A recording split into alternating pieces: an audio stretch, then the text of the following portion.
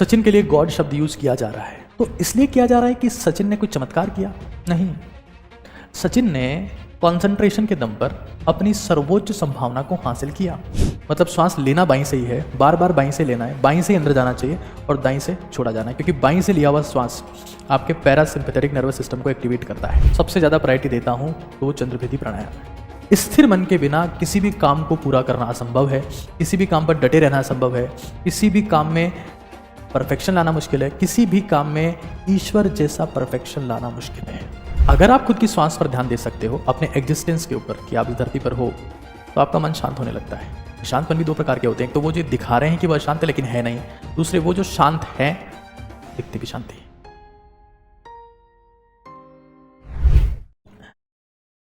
स्थिर मन,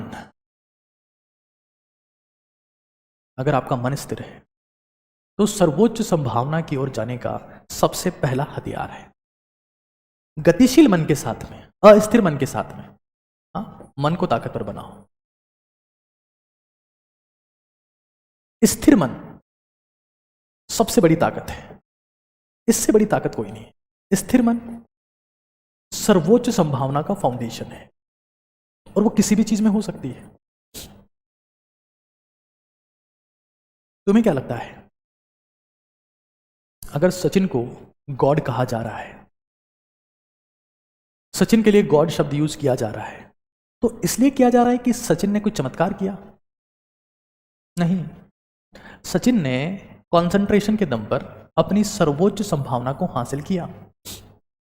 तुम अपने जीवन में जो कुछ काम करना चाहते हो, तुम जो कुछ भी कर रहे हो, तुम एग्जाम की तैयारी कर रहे हो, तुम वर्कआउट कर रहे हो, तुम किससे बात कर रहे हो, तुम सोने जा रहे हो, तुम घूमने जा रहे हो, स्थिर मन, स्थिर मन के बिना तुम सर्वोच्च संभावना के करीब नहीं पहुंच पाओगे, ये मेरी गारंटी है। अस्थिर मन सबसे बड़ी कमजोरी है। आप एक चीज शुरू करते हैं, वो आपको दूसरी का ऑप्शन देगा, दूसरी शुरू करोगे तीसरी का ऑप्शन देगा, और जब तक मन स्थिर नहीं होगा सर्वोच्च गति हासिल नहीं हो सकती। आपको पता है, जब लट्टू घूमता है, जब लट्टू सर्वोच्च गति में होता है तो मालूम पड़ता है कि लट्टू बिल्कुल स्थिर है, बिल्कुल स्थिर है। वो तभी अपनी हाईएस्ट स्पीड में होता है। स्थिर मन कि मुझे यही काम करना है, बस यही काम करना है, इसी काम में परफेक्शन चाहिए। इस चीज को सबसे पहले समझना है। अस्थिर मन, अस्थिर मन भटकाव है, एक भटकाव है, और सर्वोच्च संभावना में सबसे बड़ा टकराव है। सर्वोच्च संभावना में सबसे बड़ा टकराव है।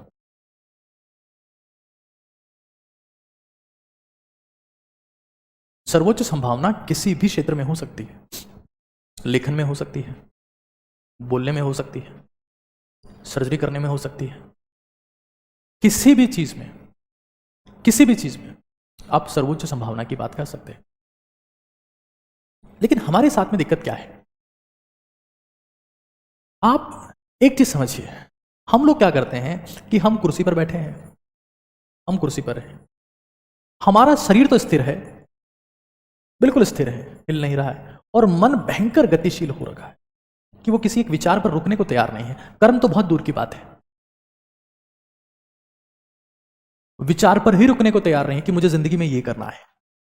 हेलीकॉप्टर शॉट देखा तो वर्ल्ड कप जीतना है, जवान मूवी देख ली शाहरुख खान बनना है, गदर 2 देख ली सनी देओल बनना है, सचिन का स्ट्रीट ड्राइव देख लिया गॉड ऑफ क्रिकेट बनना है, मेरा सेशन देख लिया टीचर बनना है, गुरु बनना है। जिंदगी में एक निर्णय लो, उसके बिना सर्वोच्च गति संभव नहीं है। मैंने अपनी जिंदगी में डिसीजन फिक्स किया कि मुझे सिर्फ और सिर्फ हिंदुस्तान को ओजस्वी तेजस्वी तपस्वी बनाना है, हिंदुस्तान के युवाओं को सही रास्ते पर लेके चलना है, 10 करोड़ लोगों को मुझे एक परफेक्ट पाथवे के ऊपर लेके जाना है, उनको शारीरिक, मानसिक, आर्थिक, बौद्धिक, आध्यात्मिक रूप से परिवर्तित करना, ये मेरा डिसीजन है। और मैं इस मुद्दे से किसी भी कीमत पर भटकने को तैयार नहीं। अगर आपका शरीर स्थिर है तो वो शरीर किसी काम का नहीं है, और मन गतिशील है तो मन किसी काम का नहीं। मन तभी ताकतवर बनता है जब वो स्थिर हो, और शरीर तभी ताकतवर बनता है जब वो गतिशील हो। अगर आपका मन भाग रहा है, सबसे कमजोर मन, एक सेकंड उसे ये चाहिए, दूसरे सेकंड कुछ और चाहिए। आपका शरीर भाग रहा है, शरीर ताकतवर बनेगा। तो जिंदगी में सबसे पहले हमें परफेक्शन के साथ में सेट कर लेना है, क्योंकि हमने क्या किया है, आज मैं देखता हूँ 90% लोगों ने, मतलब वो हर वक्त नेगेटिव विचार ला सोच सोच कर, हमेशा नेगेटिव सोचा, नेगेटिव सोच सोच कर अपने मन को इतना कोमल कर लिया है, इतना कमजोर कर लिया है कि उसे खून रिश्ता है। उनको कोई कुछ नेगेटिव बोल दे, उनको कुछ भला बुरा बोल दे, वो परेशान हो जाते हैं, आहत हो जाते हैं कि पता नहीं क्या ही हो गया, मेरी इंसल्ट कर दी, मेरा ईगो हर्ट कर दिया। ईगो तुम्हारा मन कमजोर हो गया, और कमजोर मन के साथ में तुम जिंदगी में कभी कुछ हासिल नहीं कर पाओगे पार्थ। ये बात श्री कृष्ण ने भी कही है। इमोशन कंट्रोल होंगे तभी एक्शन होगा। इमोशन को होल्ड करने से ही होता है, वरना लूज मोशन हो जाते, कोई एक्शन ले नहीं पाता इंसान, तो वो निपट जाता है। तो नेगेटिव सोच सोचकर तुम मुलायम हो गए हो, तुम्हारा खून रिस रहा है, तुम कमजोर हो गए हो और मरने को उतारू हो। और ये बात मैं ये नहीं कह रहा, क्योंकि भारत में, हमारे देश में, जहां बुद्धिमत्ता का पैमाना ये है कि आपके सर में कितने सफेद बाल हैं, वहां पर भी मैंने कई ऐसे लोग देखे हैं जो एक मेजोरिटी हासिल करने के बाद में, परिपक्वता हासिल करने के बाद में भी नेगेटिव विचारों से, नेगेटिव सोच से घिरे हुए हैं, और वो लगातार अपने आप को खत्म किए जा रहे हैं। मन को शक्तिशाली बनाना पड़ेगा, क्योंकि स्थिर मन ही ईश्वर के सबसे करीब है। स्थिर मन मतलब एकाग्रता, स्थिर मन यानी निरंतरता, स्थिर मन यानी सर्वोच्च संभावना, स्थिर मन यानी ईश्वर। सिंपल। जहां मन स्थिर नहीं है, तो मुझे बताओ कि अगर अर्जुन में एकाग्रता नहीं होती तो भगवान श्री कृष्ण अर्जुन के साथ में कभी होते? कभी अर्जुन उनका परम शिष्य होता? कभी अर्जुन को वो गीता ज्ञान देते? ऐसा कुछ भी नहीं होता। अर्जुन में एकाग्रता थी, क्यों? क्योंकि स्थिर मन था। जब एकाग्रता आई तो निरंतरता हो गई और वो ईश्वर बन गए। अगर मैं सेशन आप लोगों के सामने ले रहा हूं, मैं आपको सच बता रहा हूं, मेरा मन इतना ज्यादा स्थिर है कि दुनिया में शायद ही कोई इसे भटका सकता है। मैं सिर्फ अभी यहीं पर हूं और 100% यहीं पर हूं। मुझे कोई पीपीटी तैयार करने की जरूरत नहीं है, कोई प्रेजेंटेशन तैयार करने की जरूरत नहीं है, कोई फोटोज लाने की जरूरत नहीं है। जो मेरे मन के विचार आए जा रहे हैं वो मैं आपसे शेयर करता जा रहा हूं, साझा कर रहा हूं।